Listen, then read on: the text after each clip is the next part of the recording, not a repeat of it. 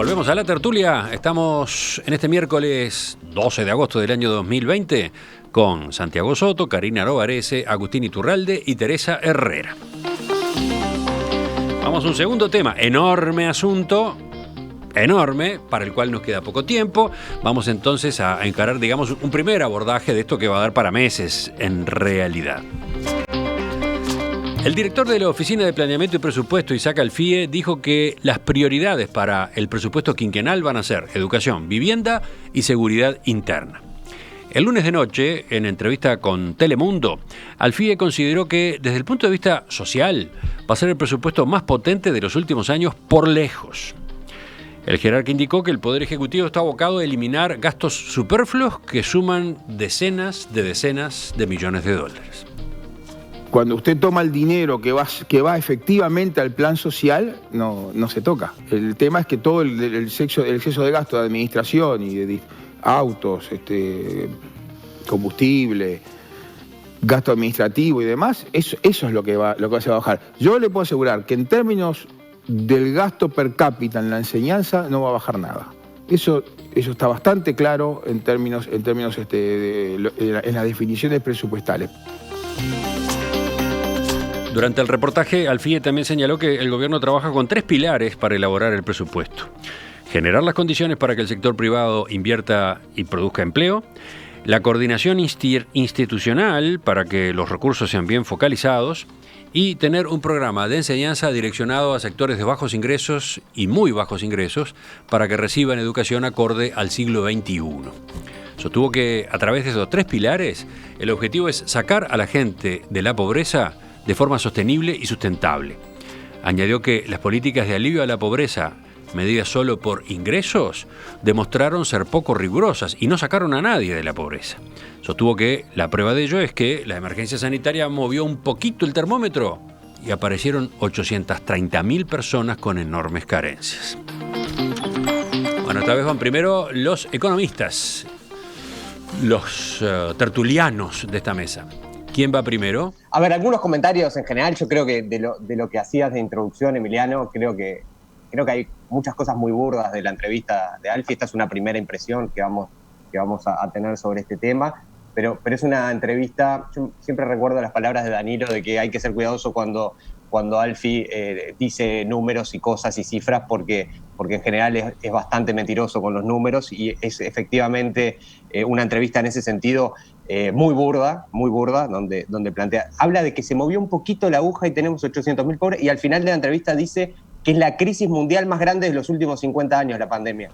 La misma entrevista, que dura 15 minutos, en el minuto 2 dice que se movió un poquito la aguja fue la situación de la pandemia, donde el gobierno mismo en el informe está hablando de que va a aumentar 30% la cantidad de pobres este año respecto al año pasado, en el informe que circuló un medio hoy, un diario, y que es un documento oficial que está discutiendo para presupuesto el Ministerio de Desarrollo Social. Dice que es el presupuesto social más grande de la historia y, sin embargo, se filtra un documento del Ministerio de Desarrollo Social que dice que es una mutilación, palabra que la tienen en mayúscula, en negrita y subrayada, por si alguien no la veía en el documento que le entregaron al presidente de la República, a las autoridades del MIDES. Dicen que el presupuesto del MIDES es una mutilación de las políticas sociales en la situación de la pandemia. No lo dice Santiago Soto, lo dice Pablo Bartol, que el presupuesto que están negociando con el MEF es una mutilación. Y el director del OPP dice que es el presupuesto más ambicioso en la parte social de la historia del Uruguay. Interesante. Plantea que ha caído la matrícula universitaria, que aumentaron el 50% los egresos en los últimos 15 años, y si uno depura la serie por algún factor, 2 generaciones juntas que se recibieron en medicina, claramente, tanto en egresados de grado como en egresados de posgrado, la Universidad de la República tenía un aumento muy importante del egreso. Otra imprecisión adicional. Plantea después el tema de que se da a entender que se pagan 12 sueldos de suplentes. Otra mentira, absoluta mentira. Nunca se pagó en este país 12 veces por la misma clase. Sí pasó en una situación, estamos hablando de los cientos de miles de estudiantes que tiene el Uruguay, en una situación pasó que en un mes un grupo tuvo 12 suplentes distintos. O sea... Ojo, Alfie cuando planteó el caso dijo que era un extremo, ¿no? Señaló que era un extremo. Sí, de todos modos, han salido a corregirle el ejemplo, sí. Han salido a corregirle cómo era ese caso concreto. Porque era mentira, porque dice, se le paga a uno, se le paga al otro, se le paga al otro, se pagan 12. No se pagó 12 veces por la misma clase. Hubo 12 suplentes distintos. O sea, se paga 2 veces o podría llegar a haber un tercer suplente. Yo me acuerdo de una maestra, volviendo a mi ejemplo, en no cuarto, sino en tercero de escuela, que tuve 2 maestras embarazadas, entonces se pagó 3 veces por mi clase en el año 90 y pico. Pasa eso en el sistema, pasa en una parte muy pequeña, pero nunca se le paga 12 veces por la misma clase. Eso es una mentira. Otra imprecisión que da la idea de despilfarro. Si piensa que va a ahorrar plata por ahí, me parece que es difícil, me parece más que sí están planteados los recortes, que no son ahorro, para mí es una palabra absolutamente equivocada, los recortes salvajes, las mutilaciones, para ponerlo en el lenguaje de Pablo Bartol, las mutilaciones que están planteadas en el presupuesto social, digamos, es lo que vamos a tener que discutir en un debate muy complejo, si nada más y nada menos que una persona que tiene las credenciales, en 15 minutos de entrevista puede decir tantas cosas que son o falsedades, o cosas que llevan a entender cosas que no son, o directamente mentiras como las que yo señalé de 15 minutos de entrevista del director del OPP. Viste, Agustín, debiste haber empezado tú. Ahora te toca contestarle a Santiago. Esto fue culpa tuya, Emiliano. Creo que es una entrevista que trata de enmarcar la discusión que se viene, que es una discusión que siempre es absolutamente significativa para cualquier gobierno. El presupuesto de 5 años en Uruguay tenemos un sistema presupuestal muy particular, que el primer año se pone toda la carne al asador y le mete una presión al presupuesto del primer año enorme. Y bueno, ese primer año encuentra al país en situación muy particular, que todos sabemos, ¿no? Una parte que la venimos hablando desde el año pasado. Acá creo que nadie puede llamarse mucho a engaño de este es un gobierno, el que Alfie representa, que hizo campaña diciendo que iba a ahorrar. Uno de los, el programa de la calle Pou de la interna se llamaban shock, después eran compromisos, pero fue muy transparente de que iba a ahorrar y que uno de los ejes principales del gobierno era equilibrar las cuentas públicas en base a una baja de gasto y un aumento de impuestos. En eso creo que no hay muchas sorpresas. ¿Qué es lo nuevo? Bueno, el plan A que tenía el gobierno de llegar y poner toda la carne en el asador, obviamente se encontró con la crisis global, con la pandemia y con la crisis económica y social que eso implica, que está implicando un golpe económico enorme, pero que hay que ir muchísimas décadas para atrás para ver que el producto del planeta Tierra, del mundo todo como tal, vaya a caer como va a caer este año muy probablemente.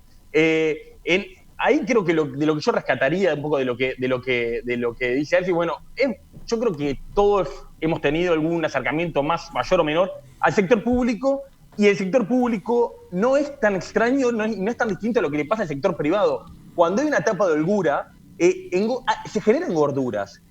Una de las cosas que estamos viendo en el sector privado en estos meses es que muchas empresas se dan cuenta que tenían gorduras, de que, bueno, la bonanza que vive Uruguay terminó con ellos teniendo, en algunos casos, gastos innecesarios, procesos que no precisaban y que pueden trabajar con mayor eficiencia. Bueno, si eso le pasa al sector privado, obviamente mucho más le va a pasar al sector público, y a lo largo no es un problema ni de un partido ni de una persona, es un problema humano. Y bueno, obviamente en tiempos de austeridad y de crisis, creo que lo que trata de remarcar Alfie es, bueno, vamos a tratar de que haya un recorte bastante descentralizado y que cada jerarca se haga cargo de buscar ineficiencias en su oficina. Y todos sabemos que en casi todas las oficinas públicas algún tipo de cosa para achicar y recortar hay. Después recordar, creo que para no alargarme más y dejarla a Karina y a Teresa, no es viable, todos somos conscientes y creo que hay bastante consenso entre los economistas del Uruguay de que no es sostenible que Uruguay tenga un déficit fiscal del 5, del 6 y pico como va a tener este año, varios años más, ¿no? Que eso va a tener consecuencias en el grado inversor, pero el grado inversor como un síntoma de cómo nos va a ver, de lo más caro que nos va a salir pedir plata, y reivindicar una frase de Mario Vergara, que yo creo que es muy gráfica a estos efectos, que la dijo siendo presidente del Banco Central, a punto de asumir como ministro de Economía al final del gobierno de Mujica, que dijo, bueno, la mejor política social es la estabilidad macroeconómica. Creo que una vez más Argentina nos está dando una muestra tremenda de lo peligroso que es la inestabilidad macro. cuando el ajuste, en vez de hacerlo los gobiernos, los hace el mercado, con mega inflaciones, mega devaluaciones. Eso destruye la capacidad de compra, tira millones para abajo de la línea de pobreza. Entonces, todos sabemos que esto no es sustentable. Bueno, pongamos en la mesa donde cada uno cree que es el camino para ordenar, pero esto, como está planteado, este déficit y salir todos los años a buscar 2.000 millones de dólares al mercado, no es viable. Bueno, y ahora completamos con Karina y con Teresa. Desde afuera de la economía, otras visiones, a ver, para ir dándole al oyente un panorama más amplio. Escuchando lo que decían Santiago y Agustín, el hecho de que un político salga a hablar del presupuesto implica a veces estos cortes gruesos, y lo hemos visto en todos los periodos de gobierno. No estoy justificando lo que dijo Alfie, porque creo que en algunos casos sí es un poco maniqueísta al elegir ciertos ejemplos, pero creo que en lo general lo que nos tenemos que quedar claro es que necesitamos hacer recortes como necesita hacer recortes una familia. A ver, venimos con déficits fiscales altos, sabíamos que se van a seguir intensificando. Esto no es cuestión de un solo gobierno ni de un solo color político, pero hay que de a poco empezar a emparejar, y cuando sabíamos que todo eso había que hacer, viene encima una pandemia. Entonces, discutamos sobre el presupuesto y no sobre anécdotas que, ojo, son anécdotas, pero demuestran que hay excesos, o que hay, más que excesos, desórdenes que se pueden llegar a ordenar. ¿Esto significa que hay corrupción en todos lados, que hay desorganización en todos lados? No, pero que se pueden encontrar lugares gordos donde todavía se puede recortar. Y eso está en lo público, es verdad que está en lo público. En lo de las pocas cosas que yo coincido de la entrevista que escuché de Alfie, es que habla de que el Estado es el que tiene que recortar, porque los privados ya han recortado mucho, y creo que es bastante cierto eso. Creo que es bastante cierto. Hace, no sé, desde la vuelta a la democracia que estamos escuchando hablar de una reforma del Estado que no se ha logrado ni mínimamente. O sea, todos los partidos están involucrados en esta responsabilidad y todos los uruguayos lo estamos. También para los uruguayos es muy fácil tener una fuente de trabajo tan segura como lo es el Estado. Bueno, hay que recortar gorduras, hay que recortar ineficiencias. Si lo va a poder hacer o no este gobierno, y en este momento tan particular de la economía mundial acechado por un virus, es otra cosa. Pero que hay que discutirlo y seguir discutiéndolo, yo creo que no tengo dudas, porque en algún momento vamos a tener que decir cuándo vamos a equilibrar los números. En algún momento tenemos que tratar de acercarnos hacia eso. Por supuesto que en el medio está lo social, y creo que va a ser muy complicado ver dónde cortar ahí, y justamente en este momento. Muy complicado. Teresa. Bueno, justamente Karina casi que me dio el pie como en el teatro, ¿no? Digo, porque justamente yo decía, la pregunta es dónde cortar. Y a mí me parece que el gobierno, que es un gran comunicador, yo admiro la política de comunicación de este gobierno, creo que en estos hay algunos temas en los cuales se está equivocando mucho, por lo menos en cómo comunica. Así como se equivocó Da Silveira con el tema de la comida de los gurises, de la misma manera se equivocó Alfie poniendo estos ejemplos de maestras o de suplencias o cosas por el estilo. Porque en definitiva, en términos comunicacionales, lo que queda es, bueno, estamos hablando de recortes, y cómo hay un discurso contradictorio. Por un lado decimos que vamos a privilegiar la educación, pero todos los ejemplos de recortes que aparecen son ejemplos que tienen que ver con la educación. Entonces, realmente desde el punto de vista de la persona que lo puede estar escuchando del otro lado, queda como un discurso que no cierra por ningún lado, porque hay miles de ejemplos para hablar de cómo gasta mal el Estado. Ya lo creo que los hay muchísimos, pero no necesariamente dar justo con aquellos lugares más sensibles, donde además hay otro tipo de críticas que podríamos hacer. Yo podría criticar que 14 años después de instalado el Plan Ceibal, cuando viene la pandemia, hay un montón de docentes que no tienen idea todavía a esta altura de cómo utilizar las plataformas del Plan Ceibal. Y que les costó mucho y que tuvieron que... ¿no? ¿Y por qué? ¿Cómo entra eso en esta discusión? En esta discusión entra porque en todo caso yo podría criticar al sistema educativo diciendo que no se aprovecha adecuadamente la tecnología y que durante estos años se tendría que haber capacitado mejor a los docentes, por ejemplo. Pero no en criticar un caso de 12 suplencias.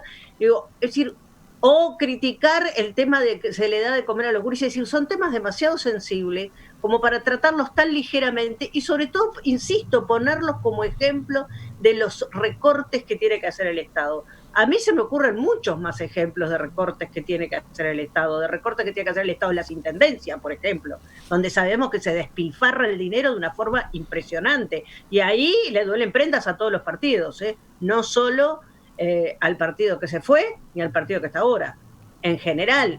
Entonces, me parece que es ahí donde tenemos que empezar a ver todo el tema de los usos de los autos públicos, todo el tema, digo, hay un montón de cosas. Es cierto que muchas veces el dinero, lo único que comparto con Alfie en sus 15 minutos tan infelices, es en el tema de la necesidad de controlar los gastos chicos. Es verdad, porque por ahí es donde se van muchas veces. Los gastos grandes se controlan mucho más que los gastos chicos.